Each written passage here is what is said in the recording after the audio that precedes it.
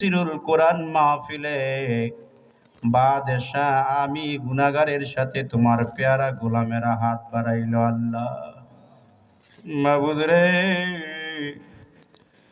নিঃশ্বাসের কোনো বিশ্বাস নাই, না জানি জীবনের শেষ মোনাজাতে হাত উঠায় ধরলাম। আল্লাহ, দুনিয়ায় আসলাম বহুদিন হয়ে গেছে,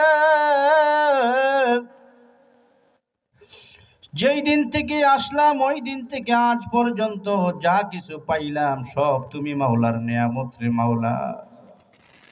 আপনার নেয়ামত খাইয়া বন্দেগী আদায় করতে পারি নাই।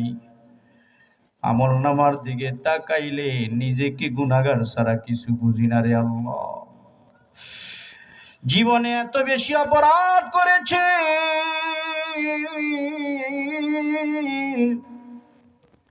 এই অবস্থায় যদি মইরা যায় জাহান্নাম ছাড়া উপায় থাকবে না। এত গুনাহ করার পরও বান্দার রিজিক বন্ধ করো নাই আল্লাহ।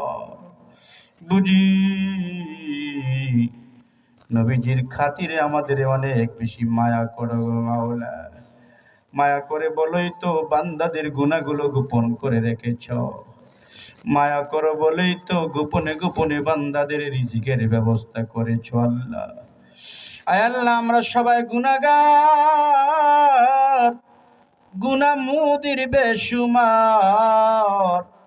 তাম দুনিয়ার সমস্ত গুনাহগারদের গুনাহগুলোকে দিয়া যদি একটা কাগজের নৌকা বানাই আর আপনার রহমতের দরিয়ায় যদি ছেড়ে দেই, এক ফোঁটা পানি লাগবে না, সবার গুনাহ মাফ হয়ে যাবে রে আল্লাহ। এত বড় রহমতের দরিয়া থাকতে আপনি আমাদের এই রহমতের দরবার থেকে তাড়াইয়া দিয়েন না। জীবনের সব অপরাধ স্বীকার করে নিলাম, অতীতের সব গুনার চাই মাফ চাই, তাওবা করি আল্লাহ। আমাদের গুনাহগুলি মাফ করে দাও, আমাদের আমল নামার গুনাহগুলি সাফ করে দাও, গুনাহগুলোকে নেক দিয়া পরিবর্তন করে দাও। আমাদের এই মাহফিলের সমস্ত আয়োজনের হাদিয়া সোনার মদিনায় পৌঁছায়া দাও। হায় আল্লাহ, সকলের আব্বা আম্মা দাদা দাদি নানা নানু ভাই বোন ছেলে মেয়ে বিবির গুনাহ মাফ করে দাও।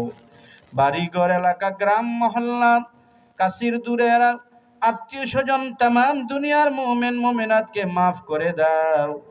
আল্লাহ, নেকি বুঝি না, পাপি বুঝি না, ইমান নিয়ে যারা বেঁচে আছে সবারে মাফ করে দাও। ফাসেক ফজ্জার পাপি তাপি গুনাহগারদের হেদায়াত